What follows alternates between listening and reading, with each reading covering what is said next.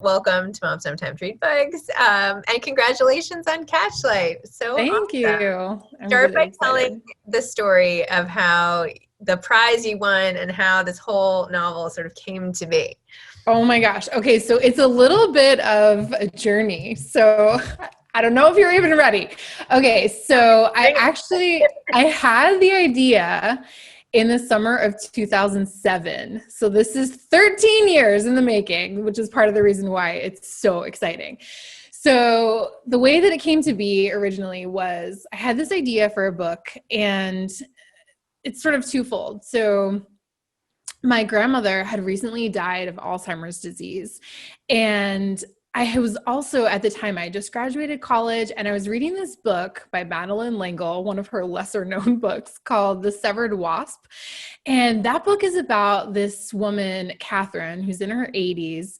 She's like a concert pianist for her whole career. She travels the whole world, and she comes home, she retires, and she comes home to New York City to like make peace with her life and really like process her memories and like figure out like what was that whole life I just lived like about.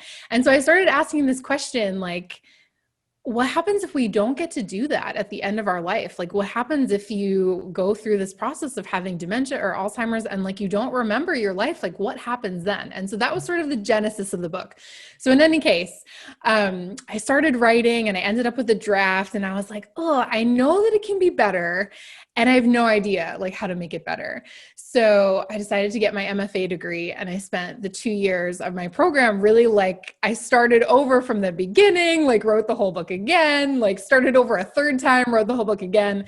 So in any case, this brings us all the way up to like 2014. And I like went gangbusters. I mean, queried like 125 agents, was entering contests, was pitching small presses, and it's like no after no after no after no. And then also, right, the like silence from like other people. And so I put it away for a little while. And then in 2019, I entered for the second time the Fairfield Book Prize contest, which the first time around, I didn't even make the final cut. And I was like, what do I have to lose, right? I have nothing to lose. And so the thing about the Fairfield Book Prize is it's only open to members of the Fairfield MFA community. So you have to either be a student or have graduated from that program. So on the one hand, it's a smaller pool than a lot of contests, but on the other hand, you know that everyone's work is like really good, right? Like everyone's worked with the same amazing mentors as you, and everyone's like really solid in what they're doing. So in any case, I entered in 2019, and that June, when my daughter was 9 days old, I like opened my inbox and it's like, hey, did you get our email from 2 days ago that like Catchlight won the Fairfield Book Prize, and part of the prize is a book deal with Woodhall Press. Oh my gosh. So, yeah, that's how it came to be. So awesome. I love that story. So It was how old now is your daughter? So my daughter is 15 months old at this point. So she's toddling around and, you know, has big opinions about life. Oh, And then my son is 4. So we're kind of right in the thick of it parenting wise. oh my gosh. Well, that must have been the best feeling ever. And it just goes to show like persistence is so important. And it doesn't even matter who ends up publishing it. I mean, until I was like getting to know this industry a lot better, I never paid, and I don't know if it's just me, but I never paid an ounce of attention to who published what book. I didn't know what the reputations were of different publishers. Like none of that meant anything to me, even as like a huge reader. I mean, do you feel the same way or Yeah, I feel like I've been a reader for all of my life, and I've never even noticed like if it's a small press, if it's so. Sometimes I end up with self-published books, and I like don't even know. It's like it doesn't like I don't even know that that's the case. So yeah, I really feel that way too. That I never paid any attention until recently. I realize now that like they all have their own, particular brand of, well, their own particular brand. End of story. They do these types of Definitely. things. But anyway, for people buying books, who cares? I mean, it doesn't matter where the book comes from, and it's so amazing that you got yours out there and that we're talking. And I'm really Yes. it's very motivating, inspiring story to like not give up. And when you have something to share, just keep getting it out there. So Yeah. Thank you so much. And I think for me, there was also this lesson of like, and sometimes there's like a pause, right? Like there was a pause of a few years where I was like consciously like, I'm going to put this away for a little while. I'm not giving up on it. But like, I also wanted to write something else. Like I was spending all this time like pitching, and I was kind of like, I really just want to work on something else. And so it was sort of like a pause. And what I see now, because hindsight, of course, is 2020, is this idea that like, 6 years ago, I didn't know anything about marketing or like the business side of publishing. And since then, I started my own business. And so I know a lot about marketing and just sort of like getting the word out.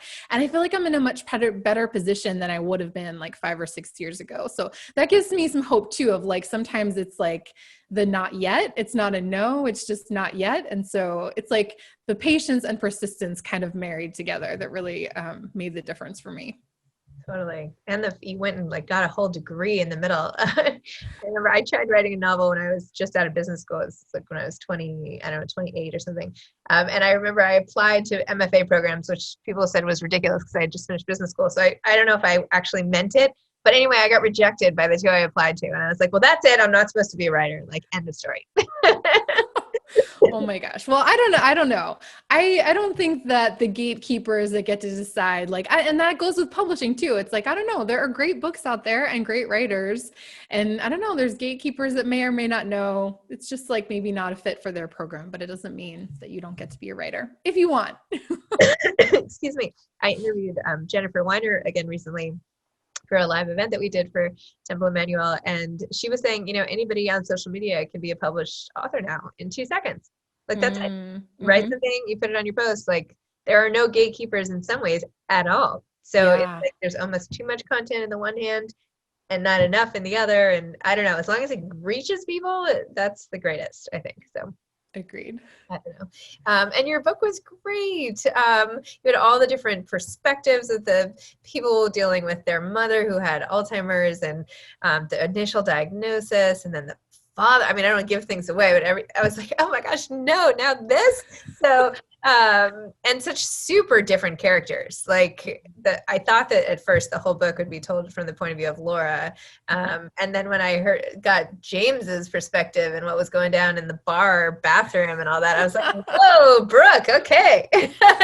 Hold on to my hat here. I know. I love it because so when I was in my MFA program, one of my professors recommended, because originally the book, the original draft was only from the point of view of Laura.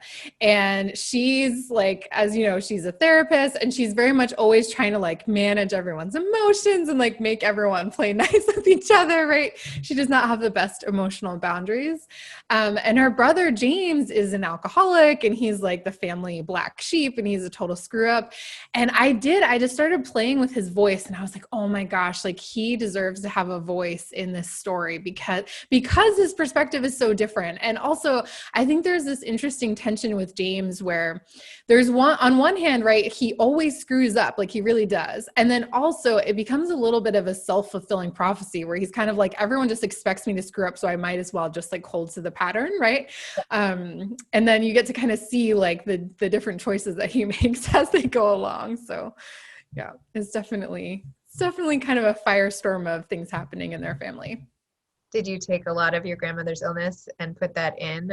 Is that how you got all the details? Or did you also do a lot of research, or like, how did you? Yeah, this is a great question. So I didn't use much from her case or her story at all. I think I really took sort of like, I was asking this question about who are we without our memory?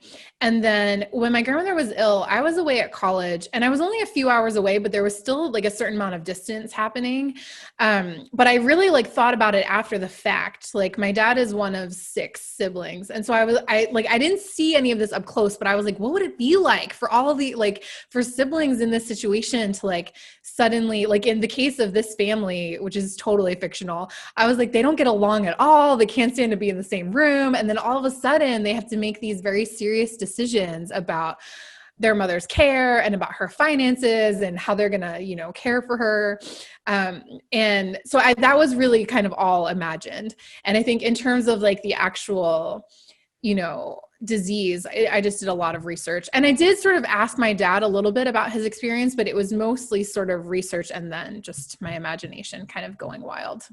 It really is amazing. I feel like they should tell you earlier in life. And for people listening, maybe now this is our chance to tell other people. But like when my mother-in-law was in the hospital, like she had to sign off on things with her brother from whom she had been estranged for a long time about their mother's care. Like you have to like, and now again, like my husband and his sister, they had to join together and sign. Like you can't like lose touch with your siblings or like not speak when it comes to making major life decisions for your parents. No matter how grown up you feel, you're ultimately the child of your parent, and like it comes down often to you to make those decisions. So I don't know. It's just, I had no idea, even for like, you know, the form about cremation, you need like both signatures from the children. It's anyway, this is now getting really dark, but I didn't know that. So I'm assuming other people might not know that too, but yeah. Anyway, but yeah, I think in your book, you mentioned how it was the first time that all the siblings had been together without their spouses or children, with their mother and stepdad in a really long time. And I feel like as we grow up, like it is so rare when we all have our own families to have that sort of initial family back together. Yes, the family of origin. And actually that line came from like, this was probably about 2 years ago. Actually my aunt passed away very suddenly, and my family is in Philadelphia and I'm in Connecticut. So I drove down for the funeral, and it was like a blizzard. There was like a blizzard happening. So my husband he was going to come, but he stayed home with our son. And in any case, it was like my dad, my mom, and my sister and me, and like my sister's husband like had to leave to go back to work. I can't remember, but it was just the four of us. And we were sitting like in my parents' house, like where I had grown up. And my dad was like, wow, this is like, we've never, just the four of us, been together. Like, and I think it really was my college graduation was like the last time. And that's what it says in the book. And I was like, oh, it was very poignant, right? For just the four of us to have this moment of like this loss for us, for my aunt. And then in the book, it's this moment when they find out Catherine's diagnosis of Alzheimer's disease. And it just happens to be the six of them in the room. And I felt like that was really significant, that, you know, the family of origin is coming back together to kind of, for this like sea change in like the end of kind of Catherine's life. So I felt like that was very important for them to have that time. I'm so sorry about your aunt. That's terrible. Thank you. So now that you've been through this crazy publishing process and your book is sort of out there in the world, tell me about that experience. What's that been like versus what you had in mind? Or like, tell me about that, the aftermath, if you will. Oh my gosh. Well, I am honestly having so much fun. And so it's really fun too, because like I said, I've been running an online business for a few years. And so a lot of my launch stuff, I had already been planning to do it online. And so the fact that we've kind of converged with pandemic is actually like, not that it's ideal for anyone in any way. And also I'm like, oh, I can just leverage a lot of the things that I already have in place to kind of make it work. So I brought together a group of family and friends and people that I know to have like a launch team. And so the launch team idea was, you know, they all pre-ordered the book and then they got advanced copies, and we're going to have a party just for the launch team, like in a week or so on Zoom.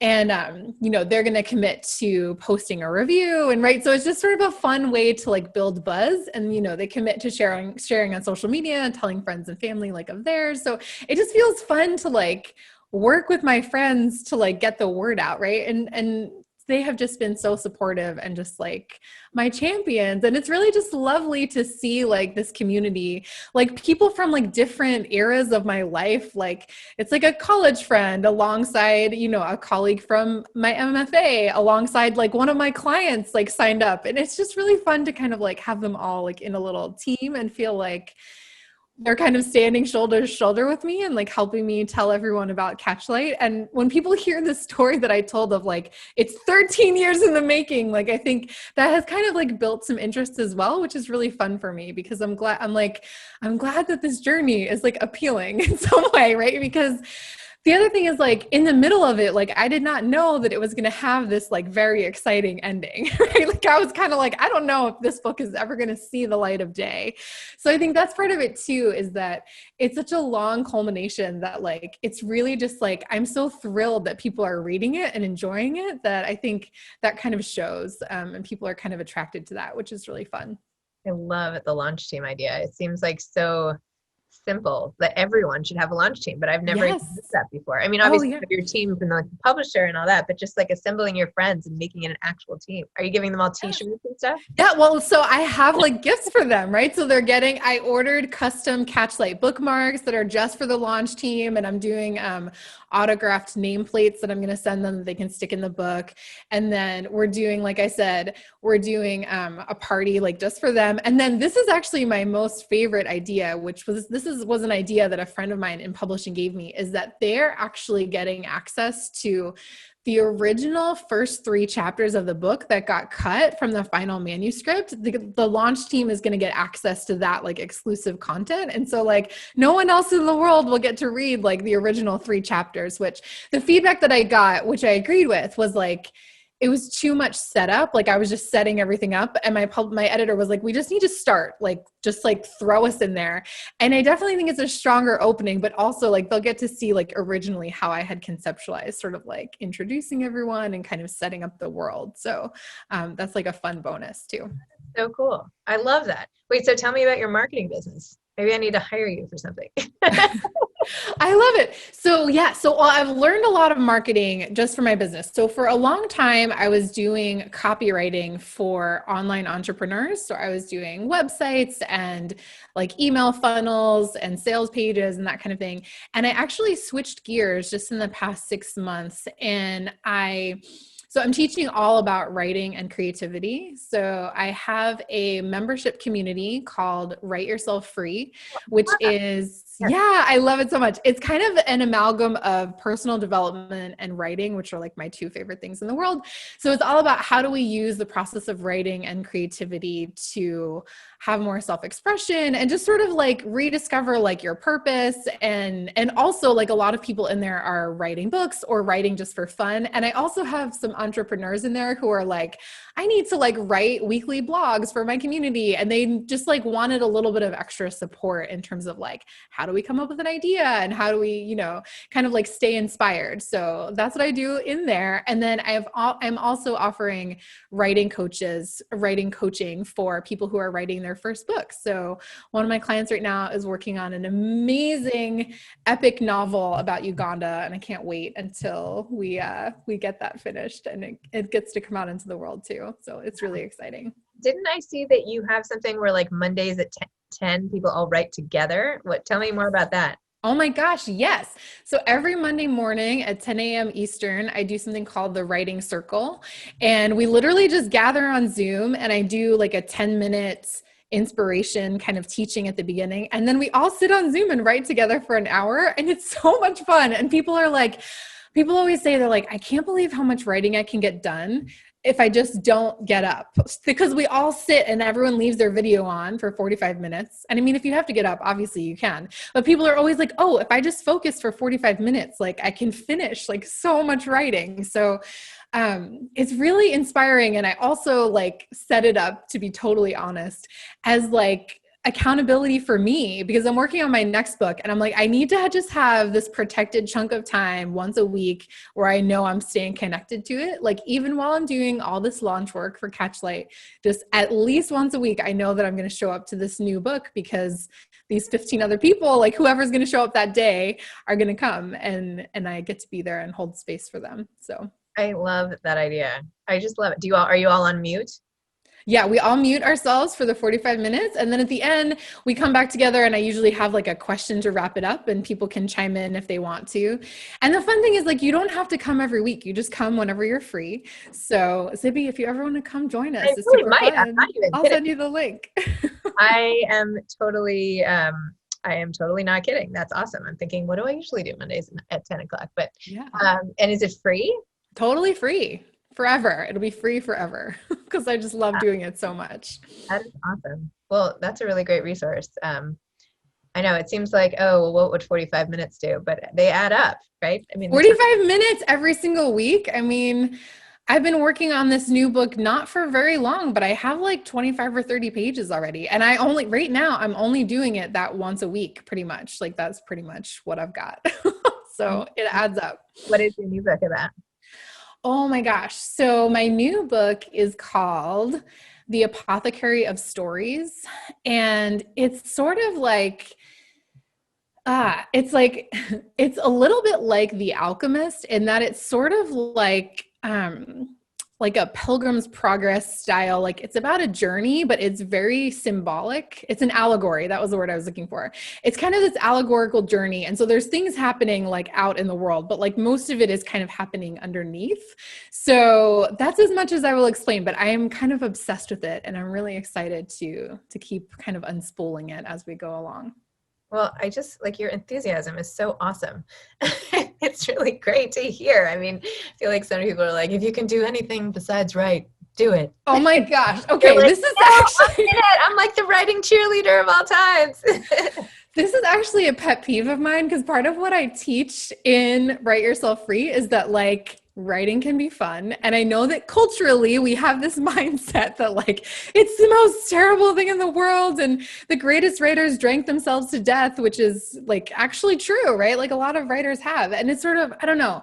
I want to reclaim that for like people that think it has to be, first of all, this super dry intellectual exercise that's only open to people who have like an advanced degree. Like, I don't believe that at all, even though I do have an advanced degree. Like, I don't believe that at all. I think anyone can be a writer if you sit down and write.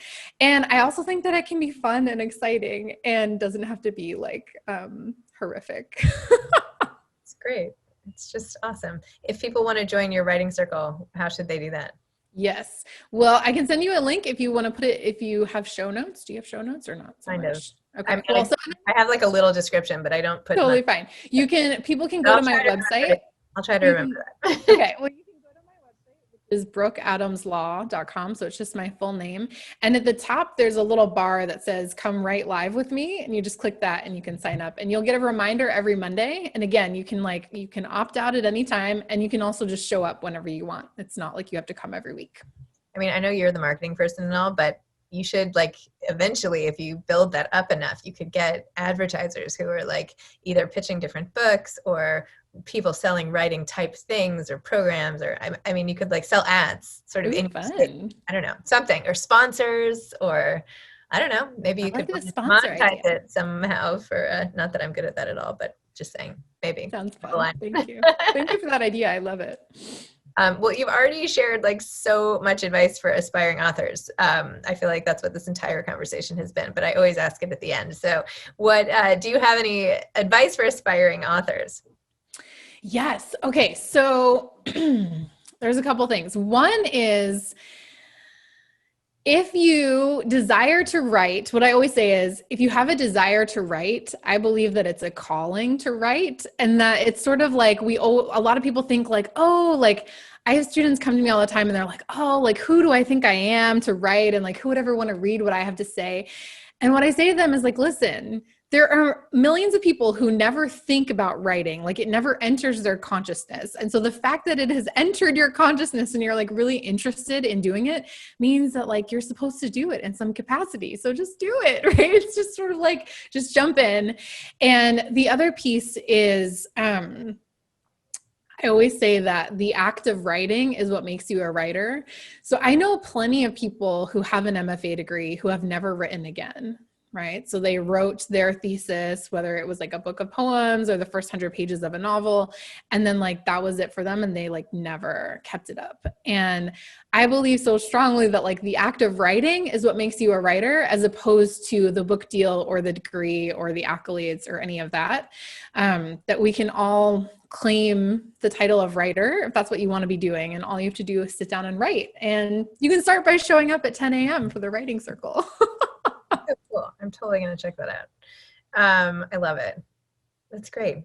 I feel like you're right. So many people don't want to use that word to describe themselves because it seems like pretentious, or, you know, if I don't have like 6 published novels, how can I say I'm a writer? But meanwhile, like all I've doing all day is writing. Right? Yep. You're a writer. Totally.